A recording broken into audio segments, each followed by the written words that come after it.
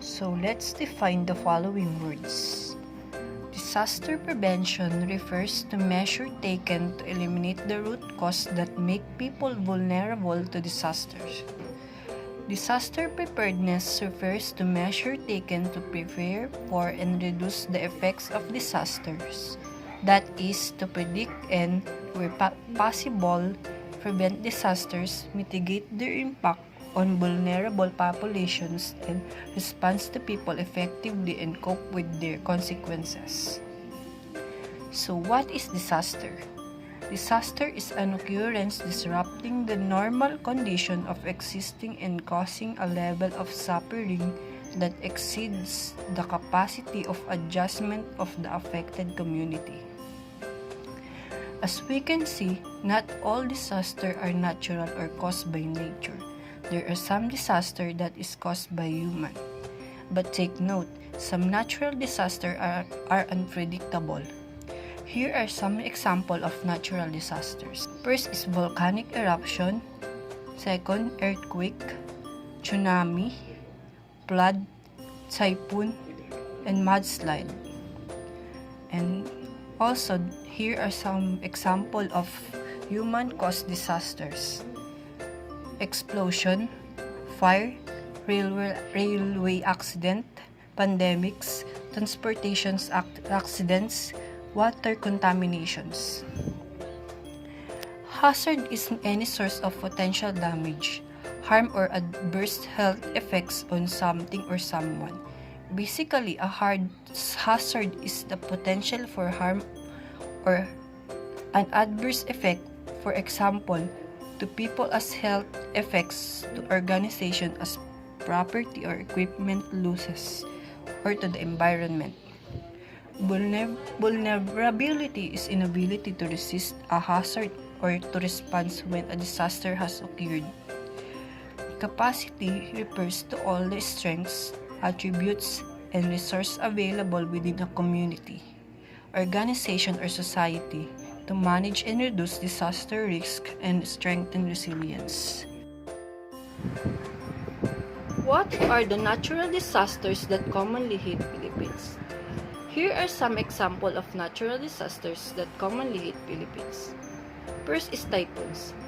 Philippines is prone to typhoons, and around 20 typhoons hit Philippines each year.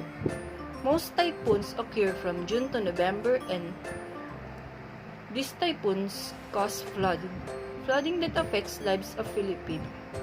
Earthquakes, volcanic eruptions, and tsunamis. Philippines is prone to earthquakes, volcanic eruptions, and tsunamis because it is placed in Pacific Ring of Fire, and Pacific Ring of Fire is a path along the Pacific Oceans characterized by active volcanoes and frequent earthquakes. Safety tips during earthquakes. If earthquakes suddenly occur, do the drop, cover, and hold. If indoors, stay there and take cover under a table, desk, or other sturdy furniture. Face away from windows and glass doors.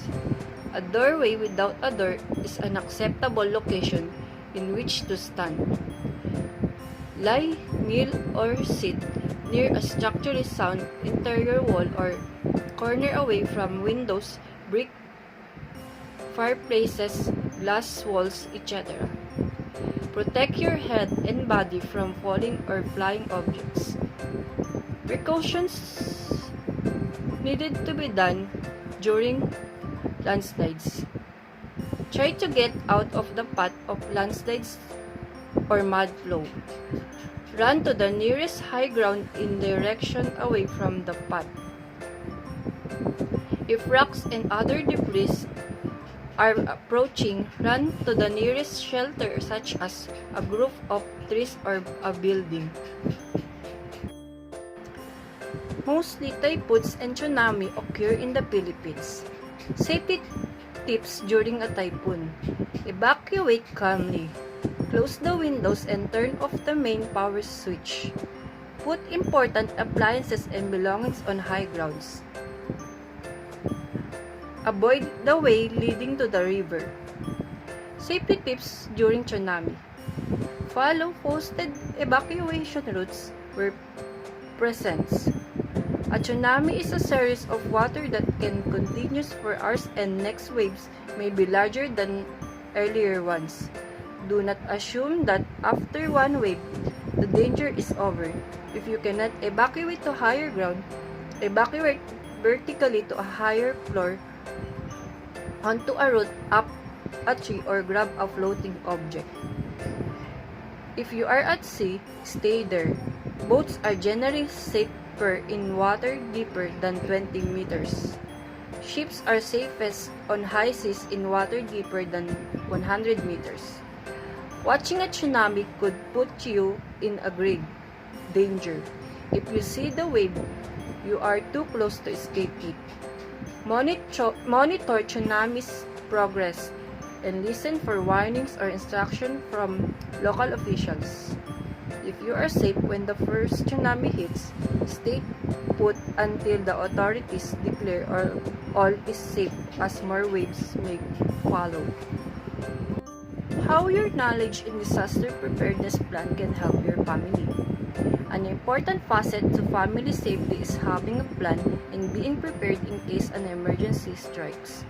Preparing yourself and your family for all types of emergency is very important, so you can increase your personal sense of security and peace of mind, and to know you will be ready in case of emergencies.